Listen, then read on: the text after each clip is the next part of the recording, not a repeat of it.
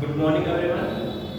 हम इलेक्ट्रोकेमिस्ट्री यानी कि विद्युत रसायन को डिस्कस कर रहे हैं और जैसा कि मैंने आप लोगों को मेरे प्रीवियस लेक्चर में लेक्चर 1 में आप लोगों को बताया था, इलेक्ट्रोकेमिस्ट्री को हम 4 पार्ट में 4 पार्ट में पढ़ने वाले हैं।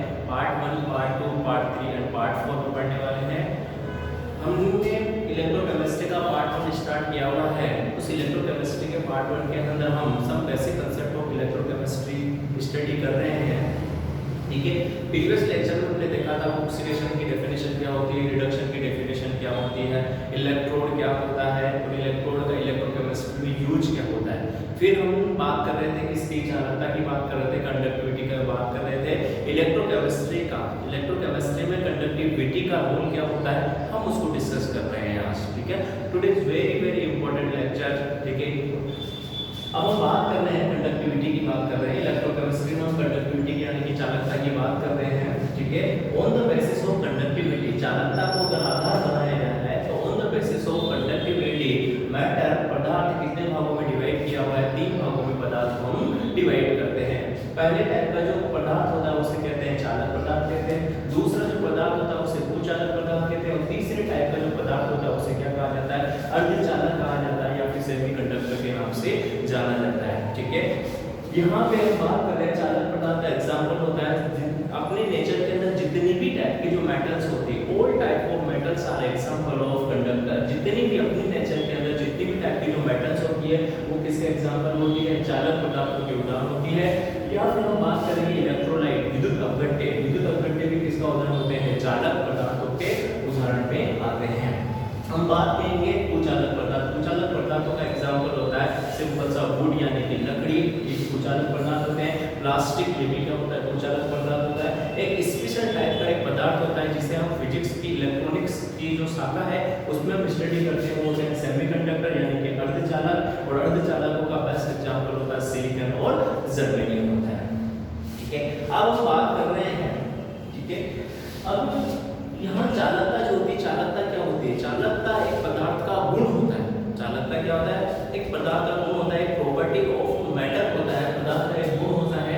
चालकता का बेसिक मीनिंग क्या होता है उसको हम पहले डिस्कस करते हैं। ठीक है, फॉर एग्जांपल मैंने कोई यहाँ पे एक पदार्थ लिया, ठीक है, ये पदार्थ लिया, अगर इस पदार्थ में से अगर विद्युत धारा का प्रवाह हो जाता है, ठीक है, इस पदार्थ में से अगर विद्युत धारा का मीनिंग क्या होता है, करंट से होता है। अगर इस पदार्थ में से अगर विद्युत धारा का प्रवाह हो जाता है तो ऐसा पदार्थ कौन सा पदार्थ कहलाएगा, चालक पदार्थ कहलाएगा। यदि इस पदार्थ में से विद्युत धारा का प्रवाह नहीं होता है तो ये पदार्थ क्या कहलाएगा, कुचालक पदार्थ कहलाएगा, इंसुलेटर के नाम से जाना जाएगा। ठीक है, अब देखिए बात करते हैं हम यहाँ पे, और पदार्थ के इस गुण को किस नाम से जाना जाता है, चालकता के नाम से जाना जाता है, कंडक्टिविटी के नाम से जाना जाता है। ठीक है, अब हम बात करते हैं कि इलेक्ट्रोकेमिस्ट्री के अंदर हम कंडक्टिविटी को किस तरह से यूज कर सकते हैं, किस तरह से डिस्कस कर सकते हैं। ठीक है, देखिए हम यहाँ पे चालकता, 3 प्रकार की चालकता को डिस्कस करेंगे। ठीक है, इलेक्ट्रोकेमिस्ट्री में हम कितने प्रकार की चालकता को डिस्कस करेंगे, 3 टाइप्स ऑफ कंडक्टिविटी को डिस्कस करेंगे। That is very very important. ठीक है, पहले प्रकार की जो चालकता होगी वो चालकता कहलाएगी मोलर चालकता। मोलर चालकता कहलाएगी।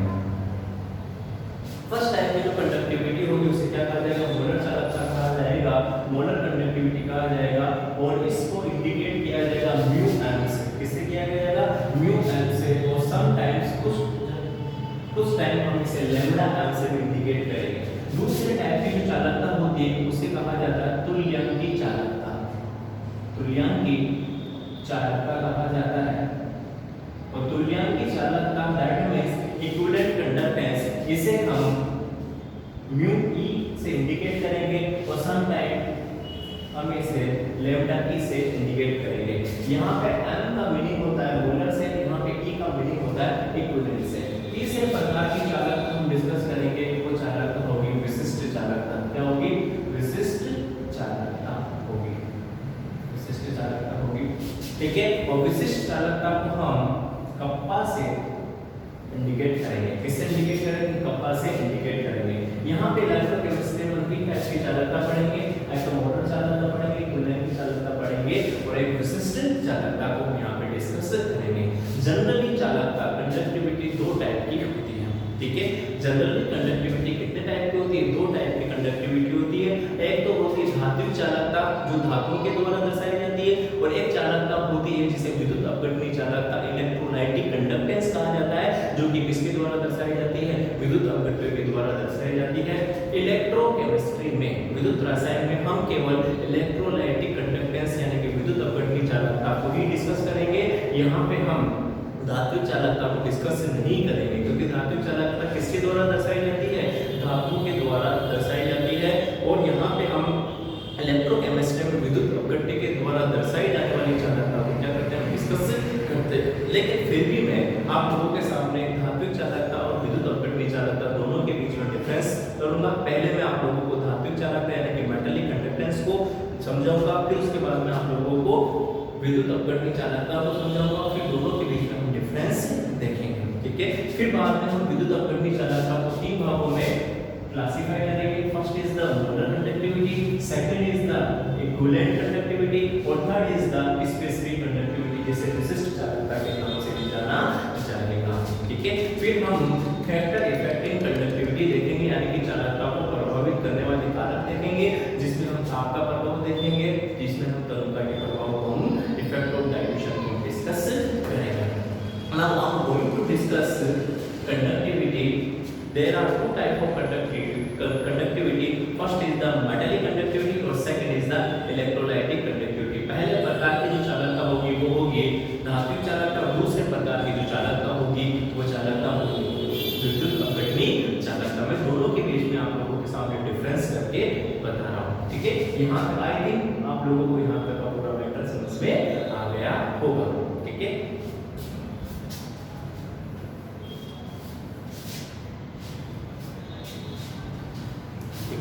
Now,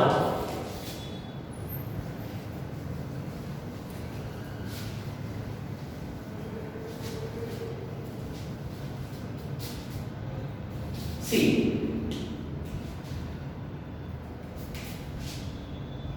there are two types of conductivity. First is the metallic conductivity. Metallic, और दूसरी टाइप की जो कंडक्टिविटी होती है जिसे कहा जाता है इलेक्ट्रोलाइटिक कंडक्टिविटी, ठीक है। मेटालिक कंडक्टिविटी को कहा जाता है धात्विक चालकता कहा जाता है, ठीक है। और इलेक्ट्रोलाइटिक कंडक्टिविटी को कहा जाता है विद्युत अपघटनीय चालकता कहा जाता है, ठीक है।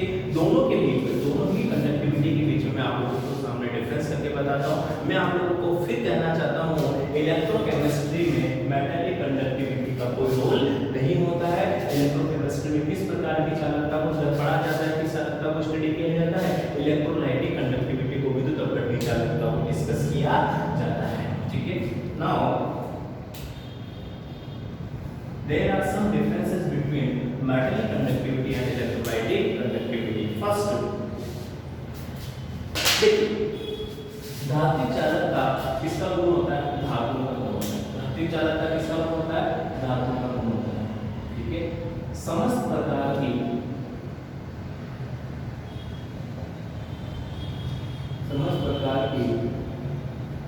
धातुएं किस प्रकार की चालकताएं को दर्शाती है? धात्विक चालकता को दर्शाती है, मेटालिक कंडक्टिविटी को दर्शाती है, ठीक है। इसका एक अपवाद भी है, एक्सेप्शन भी है, ठीक है। आपको पता है वैसे भी केमिस्ट्री क्या होती है? अपवादों की ही केमिस्ट्री होती है, एक्सेप्शन की क्या होती है? केमिस्ट्री होती है, ठीक है। जहाँ कोई लॉजिक पढ़ते हैं तो उस लॉजिक में कुछ कुछ एक्सेप्शन भी होता है। यहाँ पे भी एक्सेप्शन है। मेटालिक कंडक्टिविटी क्या होती है? समस्त प्रकार की धातु अपने नेचर में जितनी भी टाइप की जो मेटल्स होती है वो कौन सी कंडक्टिविटी को शो करती है? मेटालिक कंडक्टिविटी को शो करती है। इसका एक अपवाद है, वो अपवाद होता है कार्बन का एक अपरूप होता है जिसे ग्रेफाइट के नाम से जाना जाता है। कार्बन ग्रेफाइट किस प्रकार की चालकता को शो करता है? धातु चालकता को शो करता है, जबकि कार्बन ग्रेफाइट क्या होता है? अधातु। क्या होता है? अधातु होता है, यानी कि कार्बन ग्रेफाइट अधातु होने के पश्चात भी किस प्रकार की चालकता को दर्शाता है? धात्विक चालकता को दर्शाता है, ठीक है। जबकि विद्युत अपघटनीय चालकता, ठीक है, विद्युत अपघटनीय चालकता किनके द्वारा दर्शाई जाती है? विद्युत अपघट्यों के द्वारा दर्शाई जाती है, ठीक है। इसको डिटेल में स्टडी करेंगे। विद्युत अपघट्यों के द्वारा दर्शाई जाती है, ठीक है, बाय द इलेक्ट्रोलाइट। किसके द्वारा दर्शाई जाती है? विद्युत अपघट्य के द्वारा दर्शाई जाती है। विद्युत अपघट्य क्या होते हैं, इसे हम डिटेल में स्टडी करेंगे। पूरी विद्युत अपघट्य चालकता को हम डिटेल में स्टडी करेंगे, ठीक है। सेकंड पॉइंट, सेकंड डिफरेंस ये है धात्विक चालकता, ठीक है। धात्विक चालकता मुक्त इलेक्ट्रॉन के प्रवाह के कारण होती है, मुक्त इलेक्ट्रॉन के प्रवाह के कारण होती है, मुक्त इलेक्ट्रॉन के प्रवाह के कारण होती है, ठीक है। जबकि विद्युत अपघट्य चालकता आयनों की गतिशीलता के कारण होती है, due to mobility of electron. आयनों की गतिशीलता के कारण होती है, due to mobility of ions होती है। यानी किस प्रकार की चालकता इलेक्ट्रॉन्स की वजह से होती है, और यहाँ पे जो चालकता है विद्युत अपघट्य चालकता वो किसकी वजह से होती है? आयनों की गतिशीलता की वजह से होती है। I think you getting my point. Next, धातु चालकता में किसी भी प्रकार का रासायनिक परिवर्तन नहीं होता है, किसी प्रकार का रासायनिक परिवर्तन नहीं होता। There are no chemical change, ठीक है। यहाँ पे किसी प्रकार का रासायनिक परिवर्तन नहीं होता है, जबकि विद्युत अपघट्य चालकता में क्या होता है? रासायनिक परिवर्तन होता है, केमिकल चेंज होता है, रासायनिक परिवर्तन होता है, केमिकल चेंज होता है, ठीक है। धात्विक चालकता में फेराडे के नियम नहीं लगते हैं, लॉ ऑफ फेराडे, फेराडे के नियम यहाँ नहीं लगते हैं, ठीक है। जबकि विद्युत अपघट्य चालकता में किस नियम को स्टडी किया जाता है? फेराडे के नियम को स्टडी किया जाता है। इसे भी हम इलेक्ट्रोकेमिस्ट्री में डिटेल में पढ़ेंगे, ठीक है। धात्विक चालकता होती है, उसकी लाइफ क्या होती है? लॉन्ग लाइफ होती है। किस प्रकार से लाइफ होती है? इसकी लॉन्ग लाइफ यानी कि लंबी लाइफ होती है, और इनकी जो लाइफ होती है वो शॉर्ट लाइफ होती है। किस प्रकार की लाइफ होती है? शॉर्ट लाइफ होती है, ठीक है। That is very very important. 6 point, चालकता पर ताप का प्रभाव, ठीक है। धात्विक चालकता पे ताप का प्रभाव कैसे होता है? जैसे जैसे हम तापमान को बढ़ाते जाएंगे, टेम्परेचर को बढ़ाते जाएंगे, तापमान को बढ़ाने से धात्विक चालकता के मान में कमी होती जाएगी, क्योंकि तापमान को बढ़ाने पर प्रतिरोध यानी कि R के मान में क्या होती है? कमी होती है। तापमान को बढ़ाने पर प्रतिरोध के मान में वृद्धि होती है, ठीक है। ताप बढ़ाने पर प्रतिरोध बढ़ता है तो धारा का मान कम हो जाता है, ठीक है। धारा का मान कम हो जाता है तो चालकता C यानी कि कंडक्टिविटी का मान भी कम हो जाता है। जबकि हम विद्युत अपघट्य चालकता की बात करें तो विद्युत अपघट्य चालकता में जैसे जैसे टेम्परेचर इंक्रीज किया जाता है, टेम्परेचर बढ़ाने पर रेजिस्टेंस क्या होता है, ठीक है। यहाँ रेजिस्टेंस कह सकता हूँ या फिर कह सकता हूँ मोबिलिटी ऑफ आयंस, यानी कि आयनों की गतिशीलता क्या होती जाती है? बढ़ती जाती है। और आयनों की गतिशीलता बढ़ने के कारण, आयनों की गतिशीलता बढ़ने के कारण विद्युत अपघट्य चालकता का मान भी क्या होता जाता है?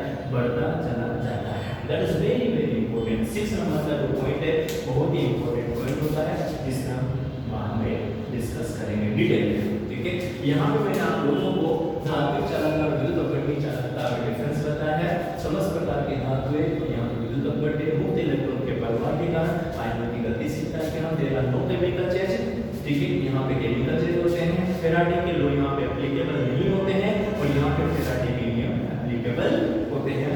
इन प्रकार की चालकता की क्या होती है? लाइफ, जो जीवन काल होता है ये लंबा जीवन काल होता है, और यहाँ पे विद्युत अपघट्य चालकता का जीवन काल होता है शॉर्ट होता है, यानी कि छोटा जीवन काल होता है। यहाँ पे फिर मैंने 6 नंबर के पॉइंट में आप लोगों को इफेक्ट ऑफ टेम्परेचर बताया, यानी कि तापमान पे प्रभाव, धात्विक चालकता पर ताप का प्रभाव और विद्युत अपघट्य चालकता पर ताप का प्रभाव, ठीक है। सबसे पहले मैं आप लोगों को यहाँ पे मेटल की कंडक्टेंस यानी कि धात्विक चालकता को शॉर्ट में समझा देता हूँ। हालांकि अपने इलेक्ट्रोकेमिस्ट्री में धात्विक चालकता का इतना रोल नहीं होता है, इस प्रकार की चालकता का रोल होता है, विद्युत अपघट्य चालकता को रोल होता है।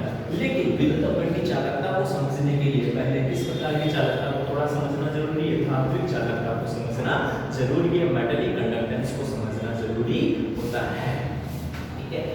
समझिए होता है पहला पॉइंट, समस्त प्रकार की धातुएं किस प्रकार की चालकता को दर्शाती है? धात्विक चालकता को दर्शाती है, ठीक है। यहाँ पे एक अपवाद मैंने आप लोगों के सामने लिया कि ग्रेफाइट इसका क्या होता है? अपवाद होता है। ठीक है, अब मैं आप लोगों को ये बता देता हूँ पहले कि ग्रेफाइट धात्विक चालकता क्यों दर्शाता है। कार्बन के आपको पता है 3 अपरूप होते हैं कि डायमंड होता है, हीरा होता है, ग्रेफाइट होता है, फुल रिंग होता है। लेकिन डायमंड धात्विक चालकता को शो नहीं करता है, ठीक है, धात्विक अधात्विक किसी प्रकार की चालकता को नहीं दर्शाता है, जबकि ग्रेफाइट किस प्रकार की चालकता को शो करता है, धात्विक चालकता को शो करता है। उसका रीजन क्या होता है?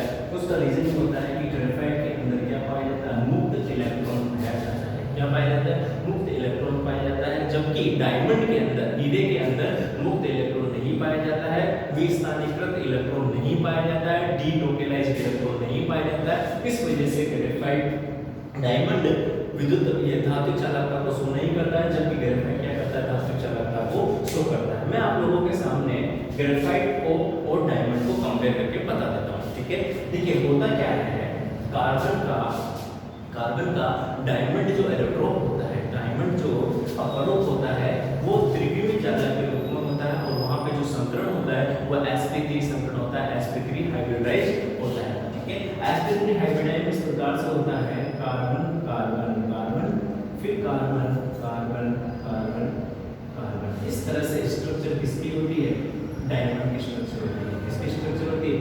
डायमंड की स्ट्रक्चर होती है। ठीक है, अगर मैं यहाँ पे सिग्मा 1 को काउंट करूँ तो पहला सिग्मा, सेकंड, थर्ड और fourth sigma, 4 sigma bond, that means यहाँ पे कौन सा हाइब्रिडाइजेशन हो गया? sp3 हाइब्रिडाइजेशन हो गया। और हम जानते हैं कि कार्बन की वैलेंसी कार्बन की संयोजकता भी 4 होती है, इस वजह से यहाँ पे किसी भी प्रकार से कोई स्थानीयकृत इलेक्ट्रॉन यानी कि मुक्त इलेक्ट्रॉन नहीं है जो किसमें भाग ले सके? धात्विक चालकता में भाग ले सके। ठीक है, लेकिन मैं आप लोगों को ग्रेफाइट की स्ट्रक्चर समझाता हूँ। ठीक है, ग्रेफाइट स्ट्रक्चर में होता क्या है? ग्रेफाइट स्ट्रक्चर इस प्रकार से होती है, ग्रेफाइट में sp2 हाइब्रिडाइजेशन पाया जाता है, और ग्रेफाइट स्ट्रक्चर एक लेयर स्ट्रक्चर होती है।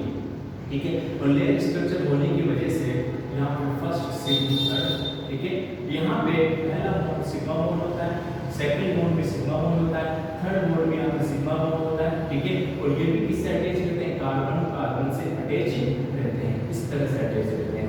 लेकिन यहाँ पे एक इलेक्ट्रॉन क्या होता है? मुक्त अवस्था में पाया जाता है। ठीक है, यहाँ पे एक इलेक्ट्रॉन मुक्त अवस्था में पाया जाता है। ठीक है, अब यहाँ पे कितने सिग्मा बॉन्ड है? 3 सिग्मा बॉन्ड है। 3 सिग्मा बॉन्ड का मतलब किस प्रकार का हाइब्रिडाइजेशन होता है? sp2 हाइब्रिडाइजेशन होता है, और यहाँ पे क्या पाया जाता है? एक मुक्त इलेक्ट्रॉन पाया जाता है। क्या पाया जाता है? एक मुक्त इलेक्ट्रॉन पाया जाता है, डीलोकलाइज्ड इलेक्ट्रॉन पाया जाता है,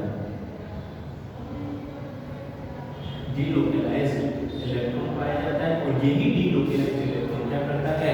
धात्विक चालकता में अपना रोल प्ले करता है। ठीक है, यही मुक्त अवस्था में पाया जाता है।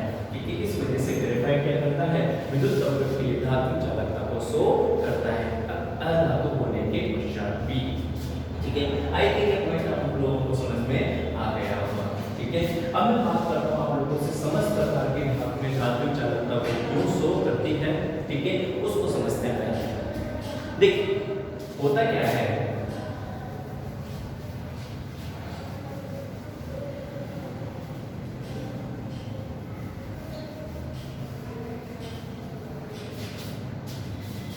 देखिए मैं आप लोगों के सामने एक कॉपर का वायर रखता हूं।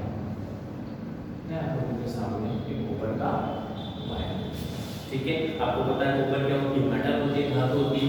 मैंने आप लोगों के सामने कॉपर वायर, कॉपर का तार लिया, ठीक है, और आपको पता है इस कॉपर के तार के अंदर कॉपर के कई सारे क्या पाए जाएंगे? परमाणु पाए जाएंगे। ठीक है, there are so many numbers of copper atoms. ठीक है, यानी कि यहाँ पे कॉपर के कई सारे परमाणु पाए जाएंगे। ठीक है, और आपको परमाणु यानी कि एटम की स्ट्रक्चर होती है। एटम की स्ट्रक्चर में क्या होता है? Electron revolve around the nucleus in circular path, यानी कि एटम की संरचना में क्या होता है? इलेक्ट्रॉन नाभिक के चारों तरफ वृत्ताकार कक्षाओं में क्या करता है? गति करता है, यानी कि यहाँ पे इलेक्ट्रॉन वृत्ताकार कक्षाओं में गति करता है।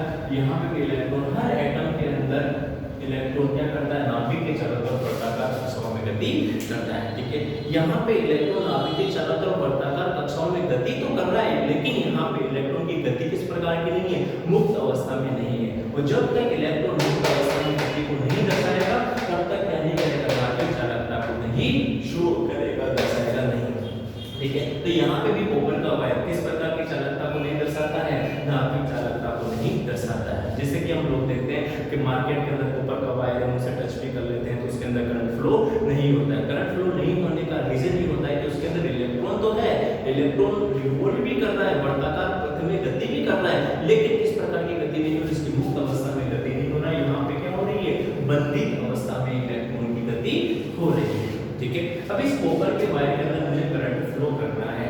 करंट फ्लो करने के लिए इस इलेक्ट्रॉन को किस अवस्था में लेके आना पड़ेगा, मुक्त अवस्था में यानी कि फ्री फॉर्म में लेके आना पड़ेगा। ठीक है। और फ्री फॉर्म में लेके आने के लिए मुझे क्या करना पड़ेगा, देखिए, ठीक है, मुझे इस फ्री फॉर्म में इस इलेक्ट्रॉन को लाने के लिए इसे एक बंद परिपथ बनाना पड़ेगा। क्या बनाना पड़ेगा, बंद परिपथ बनाना पड़ेगा। ठीक है। और बंद परिपथ बनाने के लिए मैं इसमें क्या कनेक्ट कर देता हूँ, बैटरी कनेक्ट कर देता हूँ। बैटरी को जोड़ देता हूँ और यहाँ पे इस बैटरी की की लगा देता हूँ। ठीक है। की का मतलब होता है स्विच, स्विच लगा दिया मैंने, क्या लगा दिया, स्विच। और यहाँ पे मैंने क्या लगा दिया, बैटरी लगा दी, बैटरी से इसको कनेक्ट कर दिया। ठीक है। और बैटरी का बेसिक क्या होता है, बैटरी पोटेंशियल यानी कि विभव देने का काम करती है। क्या काम करती है, विभव देने का काम करती है, जिसे पोटेंशियल कहा जाता है। क्या कहा जाता है, पोटेंशियल, विभव। ठीक है। और विभव भी क्या होती है, एक प्रकार की ऊर्जा होती है। विभव भी क्या करती है, क्या होती है, एक प्रकार की ऊर्जा होती है। ठीक है। अब होगा क्या, और आपको पता है बैटरी के दो टर्मिनल होते हैं, जिसे मैं लेक्चर 1 में आप लोगों को समझाया था। तो टर्मिनल होते हैं, बैटरी का एक तो पॉजिटिव टर्मिनल होता है और दूसरा बैटरी का नेगेटिव टर्मिनल होता है। ठीक है। अब क्या होगा, जैसे ही मैं यहाँ से स्विच को क्या करूँगा, ऑन करूँगा। जैसे ही मैं यहाँ से स्विच को ऑन करूँगा तो स्विच को ऑन करने से क्या होगा, इस इलेक्ट्रॉन को पावर मिलेगी और इलेक्ट्रॉन को पावर मिलने से ये इलेक्ट्रॉन कहाँ आ जाएगा, वायर में आ जाएगा। ठीक है। ऐसे ही हर इलेक्ट्रॉन किसमें आ जाएगा, वायर में आ जाएगा। किसमें आ जाएगा, वायर में आ जाएगा। और वायर में आने के पश्चात ये इलेक्ट्रॉन क्या होगा, वायर के अंदर मुक्त अवस्था में क्या करेगा, गति करेगा। ठीक है। बैटरी का स्विच ऑन करने के बाद इस वायर की कंडीशन क्या होगी, आप लोगों को पता है। ठीक है। वायर की कंडीशन इस प्रकार से होगी, ठीक है, ये electron electron electron electron electrons electrons क्या करेंगे, इस वायर के अंदर क्या करेंगे, मुक्त अवस्था में गति करेंगे। ठीक है। और इलेक्ट्रॉन जब मुक्त अवस्था में गति करेगा, ठीक है, तो यहाँ पे किसका निर्माण हो जाएगा, धारा। किसका निर्माण हो जाएगा, धारा का निर्माण हो जाएगा, करंट का निर्माण हो जाएगा। क्योंकि आपको पता है विद्युत धारा की परिभाषा क्या होती है, विद्युत धारा का मतलब होता है इलेक्ट्रॉन का फ्लो। ठीक है। फ्लो ऑफ इलेक्ट्रॉन से क्या कहलाता है, करंट कहलाता है। यहाँ पे इलेक्ट्रॉन का मुक्त अवस्था में प्रवाह हो रहा है तो किसका निर्माण हो जाएगा, धारा का निर्माण हो जाएगा। और अब बताइए इस पदार्थ के अंदर धारा बहेगी तो ये पदार्थ क्या कर रहा है, क्या शो करेगा, चालकता को दर्शाएगा। क्या दर्शाएगा, चालकता को। और चूंकि आप लोग जानते हैं यहाँ पे क्या है, कॉपर क्या होती है, मेटल होती है, धातु होती है। तो यहाँ पे जो चालकता का निर्माण हो कौन सी चालकता कहलाएगी, धात्विक चालकता कहलाएगी। क्या कहलाएगी, धात्विक चालकता, मेटेलिक कंडक्टेंस कहलाएगी। ठीक है। अब देखिए होता क्या है, एक और टर्म होती है जिसे प्रतिरोध कहा जाता है, रेजिस्टेंस कहा जाता है, उसको भी यहाँ पे एक्सप्लेन करते हैं। ठीक है। रेजिस्टेंस यानी कि प्रतिरोध का मतलब क्या होता है, प्रतिरोध के बाहर से नहीं लगाया जाता, प्रतिरोध हमेशा किसमें होता है, वायर के अंदर ही होता है, तार के अंदर ही होता है। प्रतिरोध किसमें होता है, तार के अंदर ही होता है। देखो प्रतिरोध कैसे आता है, जैसे इलेक्ट्रॉन यहाँ से फ्री हुआ, फ्री होने के बाद इलेक्ट्रॉन निकलने के बाद यहाँ क्या बचेगा, न्यूक्लियस, नाभिक बचेगा। और नाभिक क्या होता है, धनावेशित होता है। सारे इलेक्ट्रॉन निकलने के पश्चात क्या बच जाएंगे, नाभिक बच जाएंगे। अब क्या करेंगे, नाभिक धनात्मक आवेशित होता है, पॉजिटिवली चार्ज होता है, और इलेक्ट्रॉन क्या होता है, नेगेटिवली चार्ज यानी कि ऋणात्मक आवेशित होता है। तो जैसे ही इलेक्ट्रॉन का मुक्त प्रवाह होगा तो ये धनात्मक आवेश ऋणात्मक आवेश को, ये धनात्मक आवेश ऋणात्मक आवेश को क्या करेगा, आकर्षण की वजह से रोकने का काम करेगा, प्रतिरोध का काम करेगा, इंटरफेरेंस का काम करेगा, प्रतिबाधा का काम करेगा। ठीक है।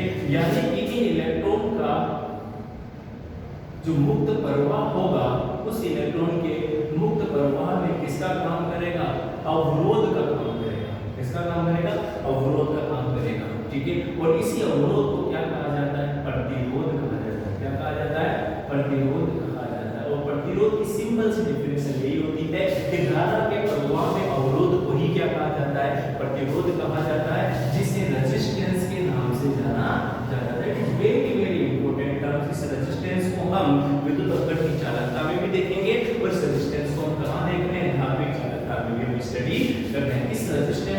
किससे रिप्रेजेंट किया जाता है? कैपिटल आर से रिप्रेजेंट किया जाता है, जिसकी यूनिट, जिसका मात्रक क्या होता है? ओम होता है। क्या होता है? ओम होता है, जिसे हम आगे डिस्कस करेंगे। ओम, जिसका सिंबल होता है इस प्रकार से। ठीक है, तो प्रतिरोध का मतलब क्या होगा? प्रतिरोध का मतलब हुआ कि धारा के प्रवाह में जो अवरोध होता है उसे क्या कहा जाता है? प्रतिरोध कहा जाता है। ठीक है, अब क्या होता है, आपको ये तो पता चल गया कि धारा के प्रवाह में अवरोध होगा, इसका मतलब ऐसा होगा कि जैसे जैसे प्रतिरोध का मान बढ़ता चला जाएगा, ठीक है, तो वैसे वैसे धारा का मान भी कम होता चला जाएगा। धारा, ठीक है, धारा का मान कम होता चला जाएगा तो चालकता का मान भी क्या होता जाएगा? कम होता चला जाएगा। ठीक है, तो होता क्या है, प्रतिरोध और तापमान में एक स्पेशल टाइप का रिलेशन होता है। ठीक है, जिसे इस समीकरण से दर्शाया जाता है R R note 1 plus alpha theta. ठीक है, ये इक्वेशन होती है जो प्रतिरोध और तापमान के बीच में संबंध बताती है, जहां पे R का मतलब किससे होता है? प्रतिरोध से होता है। ठीक है, और यहाँ पे थीटा जो होता है, थीटा का मतलब किससे होता है? तापमान से होता है। किससे होता है? तापमान से होता है। और आप यहाँ पे देख लोगे कि प्रतिरोध क्या है? तापमान के सीधे समानुपाती होता है। यानी कहने का मतलब जैसे जैसे तापमान यानी टेम्परेचर बढ़ता चला जाएगा तो प्रतिरोध का मान भी क्या होता जाएगा? बढ़ता चला जाएगा। और हम देख चुके हैं प्रतिरोध बढ़ता चला जाता है तो धारा का मान कम होता चला जाता है और चालकता का मान भी क्या होता जाता है? कम होता चला जाता है। ठीक है, temperature will be increased, resistance will be increased, resistance will be increased, current will be decreased, current will be decreased, metal की कंडक्टिविटी विल बी डिक्रीजेड। जिसे आप पॉइंट नंबर 6 में देख चुके हैं। तापमान को बढ़ाने पर प्रतिरोध का मान बढ़ता चला जाता है, प्रतिरोध का मान बढ़ने से धारा का मान कम होता चला जाता है और धारा का मान कम होने से धात्विक चालकता का मान भी कम होता चला जाता है। ठीक है, ये होती है किस प्रकार की कंडक्टेंस होती है? मेटल की कंडक्टेंस होती है, धात्विक चालकता होती है। पूरी धात्विक चालकता में कहीं पे भी आप लोगों ने किसी भी प्रकार से कोई केमिकल रिएक्शन नहीं देखी होगी। या तो अतः मैं कह सकता हूँ, वी कैन से दैट, हम कह सकते हैं कि धात्विक चालकता में किसी भी प्रकार का क्या नहीं होता है? रासायनिक परिवर्तन, केमिकल चेंज नहीं होता है। ठीक है, धात्विक चालकता के मुक्त इलेक्ट्रॉन के प्रवाह के कारण होती है। समस्त प्रकार की धातुएं धात्विक चालकता को शो करती है। ग्रेफाइट अधातु होने के पश्चात भी धात्विक चालकता को दर्शाता है, आपको पहले एक्सप्लेन कर चुका हूं। एक और नियम होता है फैराडे का नियम। ठीक है, जो इलेक्ट्रोलाइटिक सेल के, विद्युत अपघटनी सेल के क्वांटिटेटिव एनालिसिस से रिलेटेड होता है फैराडे का नियम, जिससे हम विद्युत अपघटनी सेल पढ़ेंगे पार्ट सेकंड में, तब हम फैराडे के नियम को पूरा डिटेल में एक्सप्लेन करेंगे। और यहाँ पे आप देखते हैं, यहाँ पे क्या होती है? धात्विक चालकता की लाइफ क्या होती है? लॉन्ग लाइफ होती है, यानी कि इसका काल क्या होता है? दीर्घ होता है, लंबे टाइम तक ये धात्विक चालकता शो होती है। ठीक है, तो यहाँ पे हम किसकी बात कर चुके हैं? मेटल की कंडक्टिविटी की बात कर चुके हैं। ठीक है, एक और रिलेशन होता है। ठीक है, मुझे ऐसा बताइए कि वायर जितना ज्यादा लंबा होता चला जाएगा, तार जितना ज्यादा लंबा होगा, ठीक है, तो प्रतिरोध का मान भी क्या होगा? उतना ही ज्यादा होगा, क्योंकि प्रतिरोध किसमें पाया जाता है? तार में ही पाया जाता है। ठीक है, तो जितनी ज्यादा लंबाई तार की होती चली जाएगी, ठीक है, तो प्रतिरोध का मान उतना ही क्या होता जाएगा? ज्यादा होता चला जाएगा। तार लंबा होता चला जाएगा तो तार का अनुप्रस्थ काट क्षेत्र पर क्रॉस सेक्शन एरिया क्या होता जाएगा? कम होता चला जाएगा। तो मैं ऐसा कह सकता हूं प्रतिरोध तार की लंबाई के सीधे समानुपाती होता है, जबकि प्रतिरोध तार के काट क्षेत्र पर क्रॉस सेक्शन एरिया के क्या होता है? व्युत्क्रम समानुपाती होता है। जैसे जैसे तार की लंबाई बढ़ती जाएगी प्रतिरोध का मान बढ़ता चला जाएगा, और जैसे जैसे क्रॉस सेक्शन एरिया क्या होता जाएगा? कम होता चला जाएगा, तो भी प्रतिरोध का मान क्या होता जाएगा? बढ़ता चला जाएगा। ठीक है, देखिए होता क्या है, हम इसे ऐसा देख सकते हैं कि रेजिस्टेंस यानी कि प्रतिरोध, यही हम एक्सप्लेन कर लेंगे। छोटी सी टर्मिनोलॉजी है लेकिन बहुत इंपॉर्टेंट है, जिसे हम विद्युत अपघटनी चालकता में डिस्कस करेंगे। ठीक है, होता क्या है, यहाँ से ऐसा देख रहे हैं कि प्रतिरोध तार की लंबाई के सीधे समानुपाती होता है। समीकरण नंबर 1, इक्वेशन नंबर 1। ठीक है, प्रतिरोध तार के काट क्षेत्र के व्युत्क्रम समानुपाती होता है। इक्वेशन नंबर 2, समीकरण नंबर 2। ठीक है, सम ऑफ इक्वेशन 1 एंड इक्वेशन 2, ये समीकरण 1 तथा समीकरण 1 2 को जोड़ने के पश्चात हमें एक संबंध प्राप्त होता है, जिसे कहा जाता है R = to L/A। ठीक है, यहाँ पे R क्या होता है? तार का प्रतिरोध, L क्या होता है? तार की लंबाई, और A क्या होता है? तार का अनुप्रस्थ काट क्षेत्र पर क्रॉस सेक्शन एरिया। आप जानते हैं कि इसका लोड प्रतिरोध